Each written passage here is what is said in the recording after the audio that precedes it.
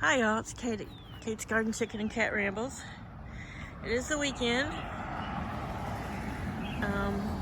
We've had nothing but rain, pretty much solid. When it wasn't raining, it was misting since Wednesday. It's now Saturday. So I'm coming out this morning to check the birds, take a peek at the garden, check the mail that I didn't check yesterday, and I'll just bring you guys along. So even without the sun, oh my gosh, there are mosquitoes buzzing around my face like crazy. I tried to do some weeding yesterday when a little bit of sun came out and the rain stopped, but the mosquitoes just were carrying me away. Look at this stuff that likes to live in my mailbox. Creepy little bugs. Ugh, yuck. Makes me scared to stick my own hand in there sometimes. Anyway, this is about as bright and sunny as it's been getting since Wednesday. But back to that corn. Wow, it seems like it was only a week and a half ago that it was a good 2 feet shorter. My yard's up on a hill. We'll see how tall it is. Me at street level. Okay, at street level here, probably a good foot above it, the ground, maybe more, and it's taller than me. I'm pretty sure that field is mainly only just field corn. I think it's corn used for feeding animals. I don't think it's actually like sweet, tasty corn for human consumption. But even through all this rain, the birds have going to town on the bird feed. Though we've had some more windy days, bird bath has survived. It's like a little Japanese beetle is drowned. Good. I don't like them. Anyway, yeah, that's waterlogged. So we'll come out and have a peek at the birds. So I feel bad for them, all these poor chickens. I know they would just love to have some sun, do some sunbathing. But nothing I can do about that.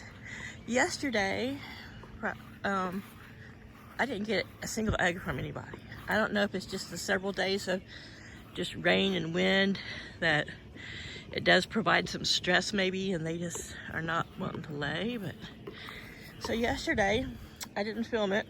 I guess I should have. I don't think I want to show it, but those two dark marks. What's a laddie attack? And it wasn't really because he was just being mean.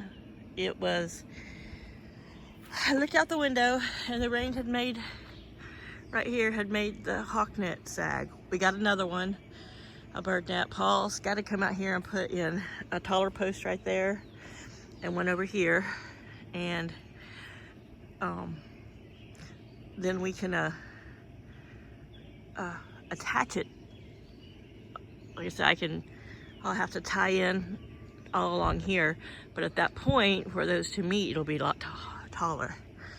But anyway, again, Miss Moira, I don't know why this time. The first time she got excited and saw me and kind of launched herself and ended up on top of it. I was out here and I saw it, but this time I was having a little dinner, looked out, and she was up on top of there again. She was just sitting, but she had her head somehow around her neck tangled up in it. And I was like, oh my goodness. And I had long pants on. They weren't like thick jeans, but I ran out here to get her. And Laddie was busy over there with his ladies. So he really wasn't paying attention. He wasn't, upset about me being in the garden, rushing out there in my red Crocs. But in getting her detangled at one point, she got, I don't know if she just panicked, but she let out like a squawk, like, help me. And so he came over and attacked my leg. I think he thought I was hurting her, the way she squawked out. But then she was pretty tangled up, actually. So I just got a hold of her and held her close to me so she felt more secure, instead of like dangling up there like a pinata. And she calmed down, and it took me a while to get her untangled. And he never came back. Once she was quiet, he went back to doing his thing. I think he realized she wasn't hurt, but I mean, he flogged me in the leg and it hurt, but my adrenaline was someplace else. My adrenaline was dealing with getting her free before she choked herself to death. And I think when I got it out from around her neck and she had that little bit of freedom, is when she squawked. But I still had to get it. It was wrapped around her wings, and in her little freak out, she managed to get around her legs. And so all I could do was put my hands up through the hawk net like this, support her body with, you know, one hand, kind of still trying to hold her close, and, you know, trace around her body where I could feel it.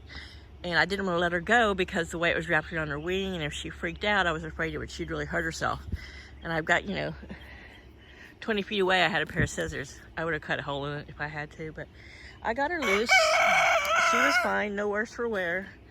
But yeah, we're gonna go ahead and get this area covered. And she's the only one that's gotten up there. She's lightweight, which means, you know, she doesn't like weigh it down, but she's the only one that really attempts to kind of sometimes fly around the yard.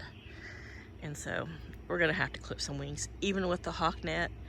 I mean, I just can't risk them finding a hole or doing something to really hurt themselves. So anyway, looky here.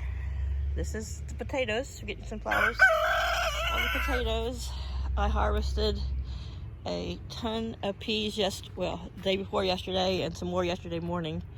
And I could see some that I could probably pick today. I think I'm gonna wait till tomorrow so that I have a larger group to pick, because after I shelled yesterday afternoon, I came out to check the birds, and I came out here to check the status of this cage, and I grabbed 3 more that I missed, or probably 3 to 5 little pods, but I just threw them out in there for the chickens to enjoy. But there's little bitty tomatoes down there, more blooms. I'm anxious to see how this cherry tomato does. And another little escapee branch here. So we'll see. Cucumbers seem to be enjoying. They got something to climb. They're wrapping their little tendrils around it. This is the one that's shaped like this, kind of very old-fashioned, low. I mean, it might not be old-fashioned. They may still make them. I've never seen them anywhere, but this one is the one I bent to shape it diamond shape. So it's fit in that bag, and it's doing quite well. So yeah, the garden looks like it's held up with the wind and the rain. Now a little bit of chicken fencing that I had stood up here and kind of tangled it up with these old okra stalks from last year to help dissuade the bunny. Looks like it's been the wind's blown it down. So we'll just, I don't know, try to get it to stay back up there a little bit. But it has protected the green beans from the bunny coming back into the garden. And as I said in the previous video, for some reason, these 6x6 squares here have one on each side. The bunny doesn't seem to want to hop over them to get to the garden. And it's not like it doesn't have plenty to eat out here. Look at this. Definitely needs mowed, and there needs mowed. I said in a previous video, my push mower came. The manual push mower, I just have to put it together. So I'm not going to put it together in the house, because if I get down on the floor and get everything spread out to put it together, a cat is going to come and either sit in the way or on the way, or decide it wants to play with parts and pieces and, you know, be a cat. But I may, when it dries out, though it's not supposed to dry out till Wednesday, which that's really frustrating, bring an old sheet out here, because I don't have a workbench, and spread everything out, and I might film me putting it together if I can do it without cursing like a sailor. So I'm kind of out here just taking a look around the perimeter and places where they like to camp out. I need to crawl out of there and get that old can, however it got there. Must have blown in years ago. And these tall weeds, but just to see if somebody has been sitting somewhere and laying an egg and not telling me. Their little tarp thing there, of course, is still one side of it's down to the ground, but they haven't been standing on and perching on these stumps here, so I think I'm going to use them, just roll them up. I got 3 of them, but I think the two that are similar heights, and put them back there to rest the one side on. So, hi Moira. Yeah, no more flying, getting yourself caught, Missy Missy. You're so pretty. I love her little yellow ears. You got yellow ears. You're so pretty. I'm expecting her to be laying any day. And the Rhode Island the Leghorn crosses. There's Flower and there's Daisy. Are both bigger than her, and they should be starting to lay any day now also. I have not seen them sitting and being covered by column or laddie roost, so they might still be a little bit young, as they are probably 2 or 3 weeks younger than Moira. But I don't put it past any of them to find a spot out here and lay some eggs, but I don't see it happening while it's all this wet. So there we go. So Laddie and Luna have to come over, flex their rooster and head muscle, and the Rhode Island Reds took off. You can see how much bigger than the other girls Cosmo is. Every now and then he'll kind of like he's going to do a dance, and one of them will be like sort of sitting in front of him, but they're all too young to really know what they're doing yet. There he is. He's like, come on, follow me. But Laddie doesn't seem to have any problem with him. You know, the way he chases his girls now, he's starting to do that head down chase like that, like, hey, you know, almost like I'm getting ready to dance around you or cover you, but he hasn't quite really started doing that yet. So here's Laddie and Luna. Yeah, I've forgiven you for this attack because I know you were just being protective. I think by the time Column is at a full maturity, he will be past spring and mating season. Oh, that's cute. I don't think if I can show it. Up there in that top rung, you can see a little chicken head in that pallet. Oops. Yeah, I've wedged a couple boards there where they can stand on, and she was looking out the window like she was spying, and it was cute. But anyway, Chaos has made the rounds with me. The winds have been incredibly crazy gusty. I'm thankful we didn't have any trees down. I wouldn't have minded having a couple of decent limbs that, you know, were big enough for me to drag in here for them to play on. It's a free way to add entertainment to their corral. You know, they've got plenty of stuff to climb on and to stand on, but chickens can get bored easy. I haven't seen any signs of any of mine getting bored. They've got plenty to do, and you know, this yard, oh my gosh, I really got to get that little mower together. As soon as it's dry, get out here and get it mowed. Yeah, there's nothing about this yard that looks like chickens have tore it up, that's for sure. And for 11 birds, I think we're doing pretty good. But yeah, wildflowers. Surprised, I've got some new blooms. I've got one, I think, come up out here. I think it's one of the wildflowers. I don't know, it could just be a weed. But these pink ones are new. Aren't those lovely? I still got lots of little poppies, little white and purple ones. These kind of pink ones right there looks kind of like the poppy, but not really, but might just be another shade of color. Can you tell what's the poppies by the little fuzzy droopy heads that are common to all species of poppies? They could, you know, they all kind of look the same at that point, even the same as the ones that produce narcotics, but these of course are much tinier and smaller. There's a bunch of little poppy heads right there. So I have got long pajama pants on this morning and a sweater because it was kind of cool in my room, so I just put a sweater on instead of more covers. There is an egg in there. I'm not going to come out and get it yet because I want it to hopefully entice the others. There's a couple grapes. I threw them grapes yesterday that got soft. They were way too big. They're hanging there on top of that. They were way too big for them to swallow whole, or even try to swallow whole, but they were mushy enough that they could just peck them. And I had a tomato that had started to get a little soft. And before she got caught, Moira was running around the yard with us. I quartered it so it was still in big chunks because they like to, that way it would lay on its skin and they could peck the insides out. She was running around with this huge piece of, there she is. Kind of my little special girl because she is the smallest and the most purebred, and she's so sweet and pretty. But yeah, she was running around with this big chunk of tomato, almost twice the size of her head, running around with it. It was so cute until someone else saw her and of course chased her.